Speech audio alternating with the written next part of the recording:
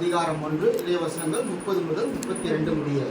வானதூதர் அவரை பார்த்து, மரியா, அஞ்ச வேண்டாம், கடவுளின் அருளை கண்டடைந்துள்ளீர். இதோ கருவுற்று ஒரு மகனை பெறுவீர், அவருக்கு இயேசு என்னும் பெயரிடுவீர். அவர் பெரியவராயிருப்பார், உன்னத கடவுளின் மகன் எனப்படுவார். அவருடைய தந்தை தாவீதின் அரியணையை ஆண்டவராகிய கடவுள் அவருக்கு அளிப்பார். வாழ்வதற்கு கிறிஸ்து வழங்கும் நற்செய்தி.